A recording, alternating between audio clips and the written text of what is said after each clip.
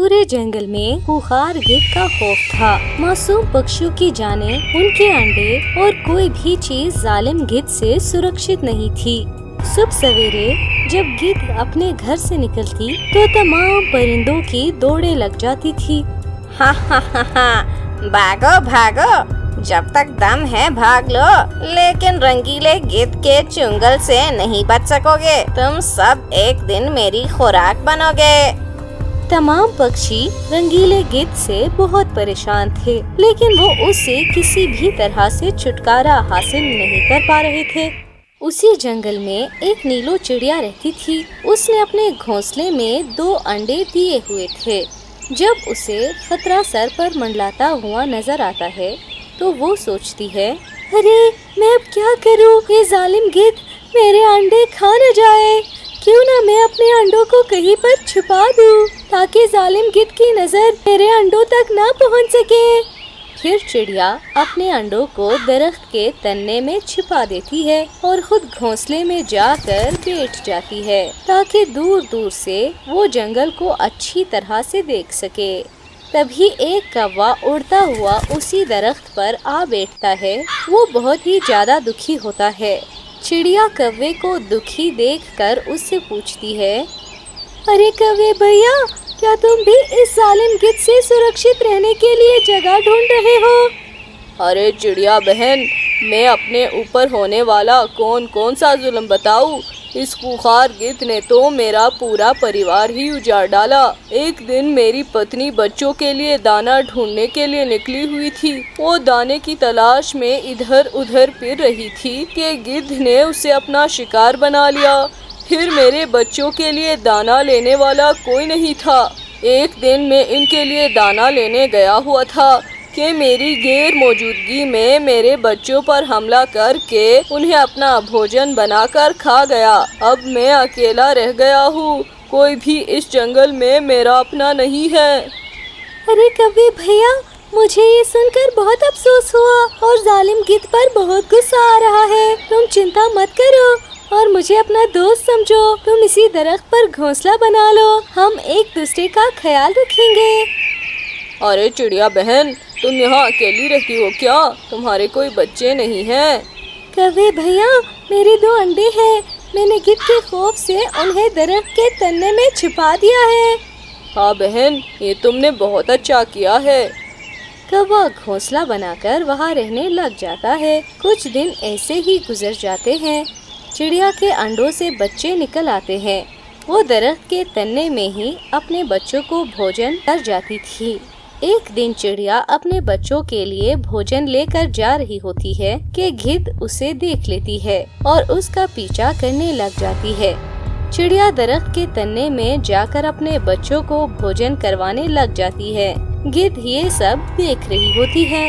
अरे रंगीले, आज तो तेरी किस्मत खुल गई है। आज तो नरम गोश्त से अपना नाश्ता करूँगा। कितने दिनों के बाद ऐसा नाश्ता करने को मिलेगा। अच्छा बच्चों, अब तुमने भोजन कर लिया है। अब मैं चलती हूँ, कुछ देर बाद मैं वापस आऊंगी। चिड़िया जब दरख्त के तने से बाहर निकलती है तो सामने गिद्ध उसके इंतजार में बैठी होती है।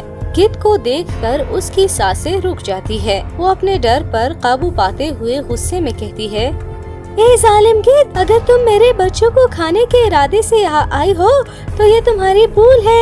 मैं तुम्हें अपने बच्चों को हरगिज नहीं खाने दूंगी।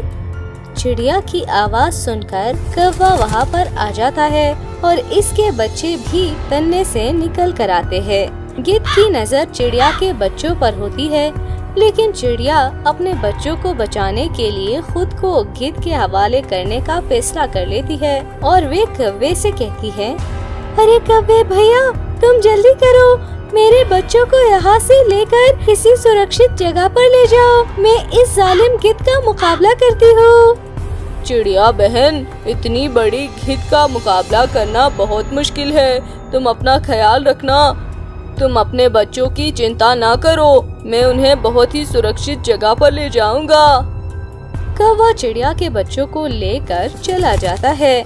चिड़िया खुद को जालिम गिद्ध के हवाले कर देती है और जालिम गिद्ध उसका गोश्त नोच नोच कर खा जाती है। चिड़िया को खाने के बाद गिद्ध गुस्से में कहती है, कहाँ तक भागोगे? इस सारे जंगल में मेरा ही कब्जा है। एक दिन मैं तुम्हें जरूर ढूंढ निकालूंगा। कौवा चिड़िया के बच्चों को सुरक्षित जगह पर ले जाता है, जहाँ कुछ दूसरे पक्षी भी मौजूद होते हैं। वो उनके रहने के लिए एक छोटा सा घर बनाता है। अरे कौवे अंकल, हमारी माँ कब तक आएगी? मुझे उसकी बहुत याद आ रही है। अरे हाँ कौवे अंकल, मुझे भी माँ की बहुत याद आ रही है। उसे जल्दी बुलाओ यहाँ पर। अरे बच्चों, तुम चिंता मत करो, तुम्हारी माँ बहुत जल्द ही यहाँ पर आ जाएगी। दूसरे पक्षी जब कौवे और चिड़िया के बच्चों को देखते हैं तो वो उनसे यहाँ आने की वजह दरियाफ्त करने लग जाते हैं। तुम कहाँ से आए हो और चिड़िया के बच्चे तुम्हारे साथ कैसे रह रहे हैं? कौवा उन्हें अपने साथ होने वाली सारी घटनाएं सुनाता है। अरे कौवे भैया, हमें ये सुनकर बहुत अफसोस हुआ है। इस जालिम गिद्ध के बारे में हमने भी सुना हुआ है, लेकिन वो जंगल के इस तरफ कभी भी नहीं आई, इसलिए हम यहाँ पर शांति से रह रहे हैं। वो गिद्ध बहुत जालिम है, वो हमारा पीछा कभी नहीं छोड़ेगी। वो हमें ढूंढते ढूंढते एक दिन यहाँ पर जरूर पहुँच जाएगी। अरे कौवे भैया, तुम चिंता मत करो।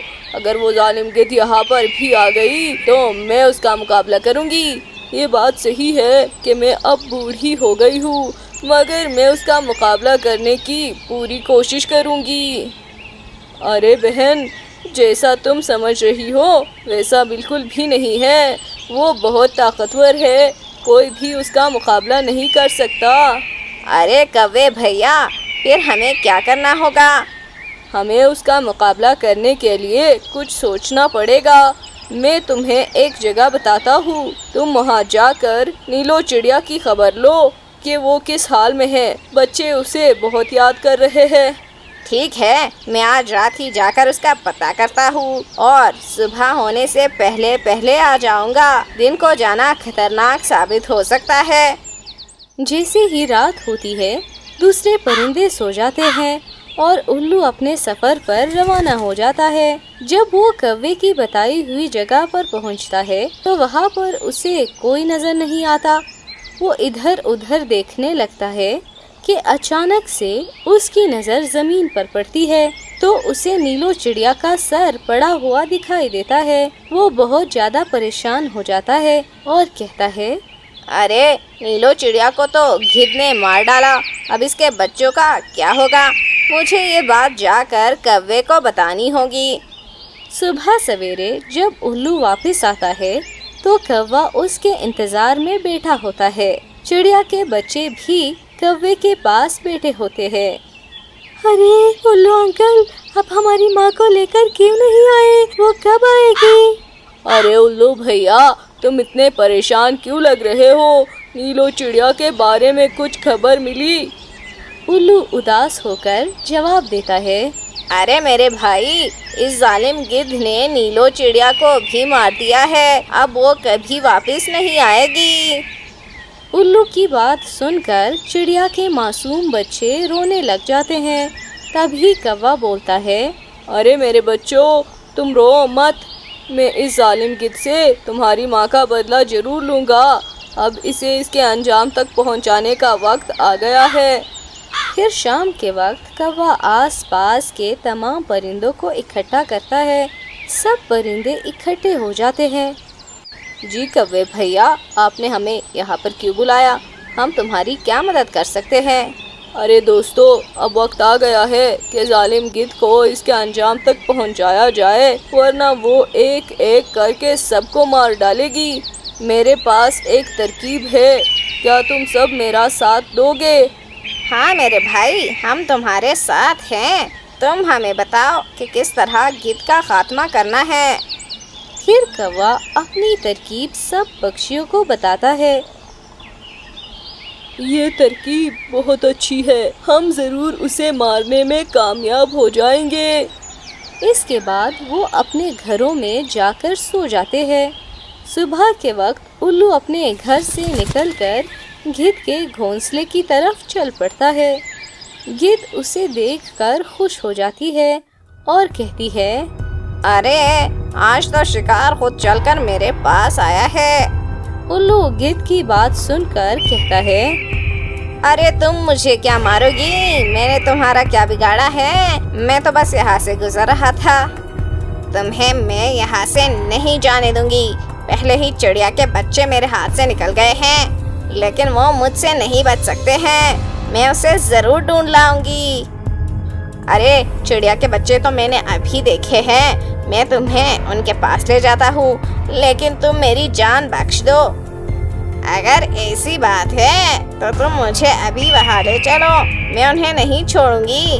अगर वहाँ चिड़िया के बच्चे ना हुए तो तुम्हारा वहाँ आखिरी दिन होगा। गिद्ध उल्लू के पीछे चल पड़ती है। उल्लू एक दरख्त पर जाकर बैठ जाता है।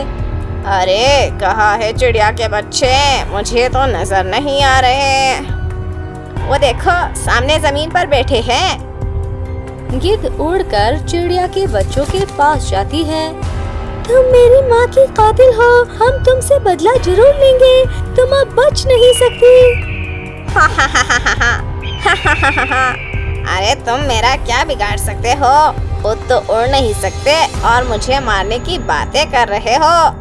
जैसे ही गिद्ध उन पर हमला करने लगती है, पीछे एक दरख्त से कौवा अपने हाथ में खंजर लिए उड़ता हुआ आता है और गिद्ध पर वार करता है। गिद्ध जख्मी हो जाती है, लेकिन गिद्ध गुस्से से कौवे पर हमला करने के लिए पलटती है तो दूसरी तरफ से चील अपने हाथ में खंजर लिए उस पर हमला कर देती है।